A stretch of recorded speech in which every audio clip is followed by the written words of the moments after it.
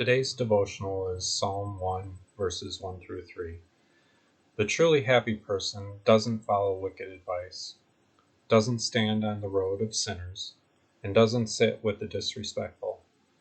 Instead of doing those things, these persons love the Lord's instructions, and they recite God's instruction day and night. They are like a tree replanted by streams of water, which bears fruit at just the right time, and whose leaves don't fade. Whatever they do succeeds. Our roots thrive when we're invested in God. When our roots thrive, our fruit is good, and people who see us and our fruit want that fruit for themselves. The fruit always comes after the roots are established. Spend time establishing your roots, or continue to grow your roots deeper